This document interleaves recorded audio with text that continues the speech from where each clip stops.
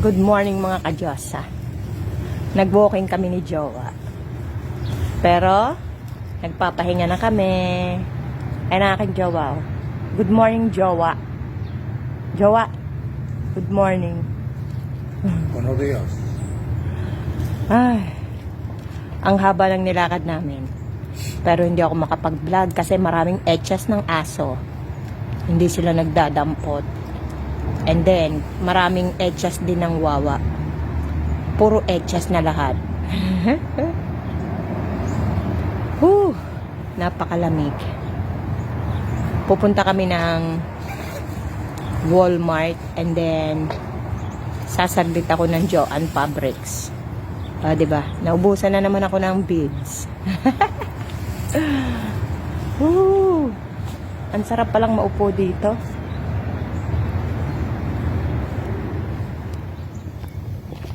Pabalik na kami mga ka-Diyosa. At syempre, hindi pa kami uuwi. Ayun si Jowa. Kinukuha yung aming mail. Didiretso kami sa Walmart and Joann Fabrics. Diba? Bago tayo makakakain ng lunch. Mamaya pa yun. As of now, ako ay 120 na lamang. Diba? Effective talaga yung aking pagdadayet.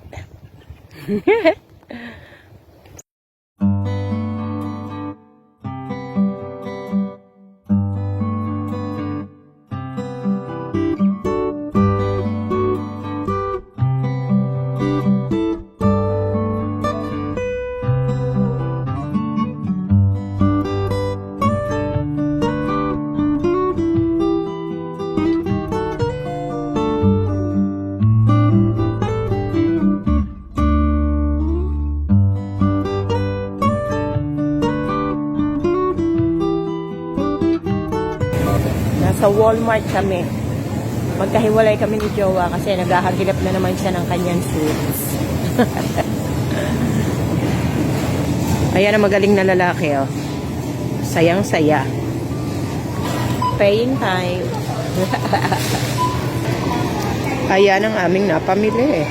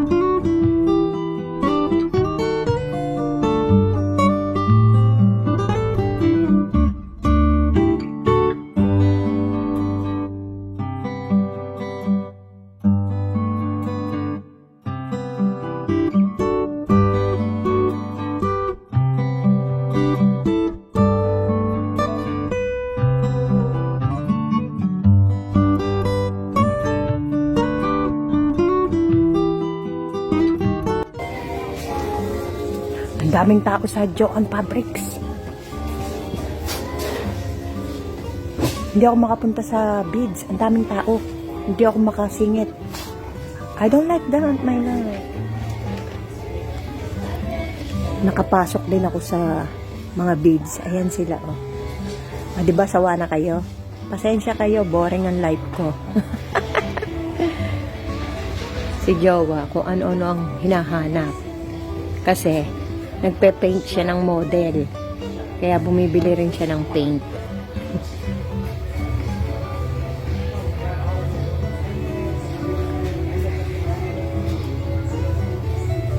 Hey, what are you looking for? Huh? Let me see what you got. Ayaw niya raw humiram sa akin. Oh. Where I got that from. Here. Show. $7.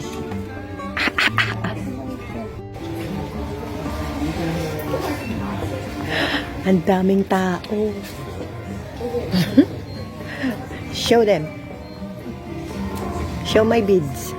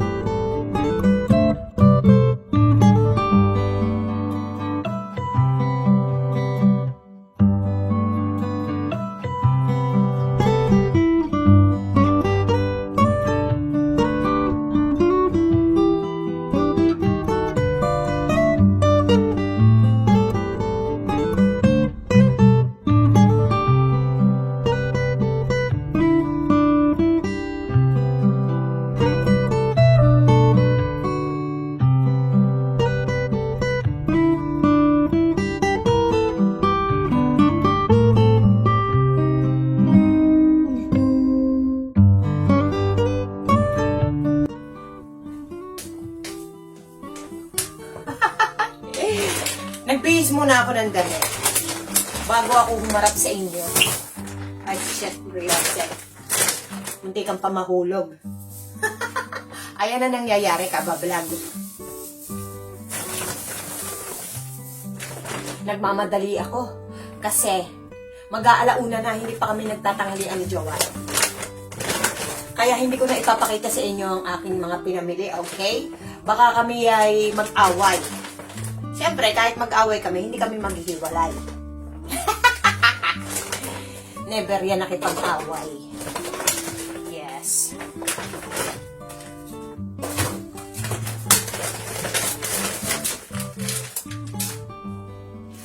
Magsigang ako ng chicken. Dadamihan ko ng gulay. Yes, kumpleto to. Pakikita ko sa inyo.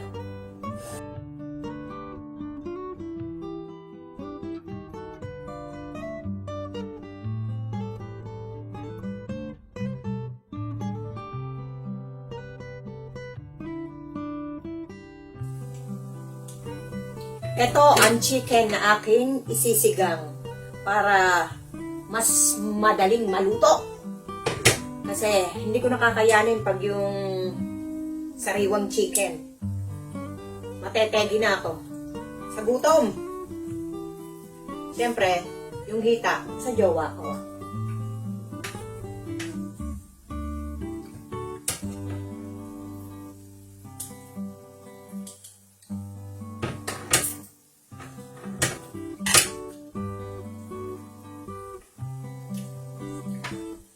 Ang sarap ng puwet.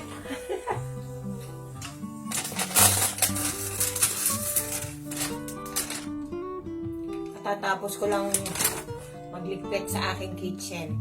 Busog na ako. Ay, sulit yung aking labu-labong sinigang. Ito yung nabili ko sa Jowan Fabrics. Beads na kulay pink.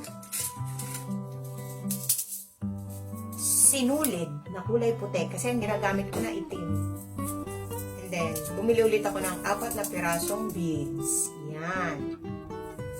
And then, ang aking jowa, sumingit pa ng pliers. Oh. At tingnan nyo naman ang aking lalagyan ng beads. Pretty, di ba?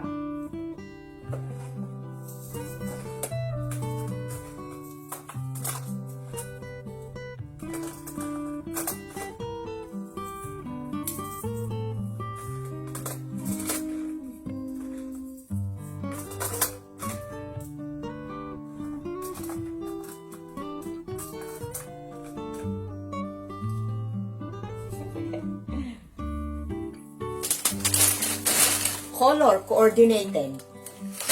Para hindi ako nalilito. At syempre, natapos ko na yung ikaw na aking nagawa.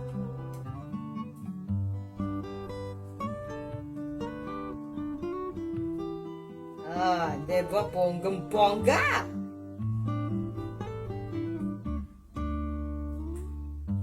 Mura lang. Kaya mag-order na kayo sa Joseon. Ano ba yun? Kung ano kasi pinagsasabi ko. Basta umorder kayo kung gusto nyo. Kung ayaw nyo, iwag, di ba?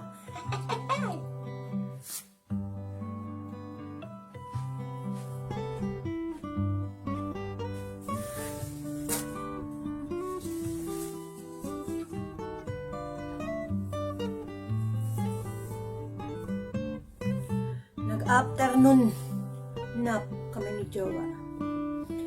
Ay, no. Yes. Kasi may mga dumating na package. Mga in-order ni Jowa para sa inyong pagkaganda-gandang Diyos. Regalo niya raw sa akin. Isang organizer at saka isang mantawton earring stand display. Tapos inassemble niya. Ayaw niya naman magpa-video. Kaya pinagbigyan ko na. Pero ipapakita ko sa inyo kung ano yung itsura yung nauutal patuloy ako. Itsura nung kanyang nabili. At na-i-assemble niya na. Ayan. Kasi nga sabi ko sa inyo, nagbebenta ako ng mga earrings. Ayan na yung aking natapos. Yung iba, nasa Pinas na. Yes, yung mga ginawa ko sa aking pamangkin. Nakalusot. Kala ko mabubudol pa sa Pinas eh. Ang ganda, di ba? And then, sa sobrang pagod ko, syempre assistant. Ang assistant ang laging pagod kaysa doon sa gumagawa. Hindi talaga ako nagnanap sa hapon, bihira. Ay, nako. Ayan nga. And then, lumabas ang aking jowa. Sabi ko sa inyo, hindi talaga siya makakatiis ng nasa loob ng bahay. May bibilin daw siya. Ay, nako. At ang yung Diyosa, magagawa na ulit ako ng earrings. Diba? Yan lang ang aking live dito sa Jumerica. Boring pero enjoy ako. Thanks for watching.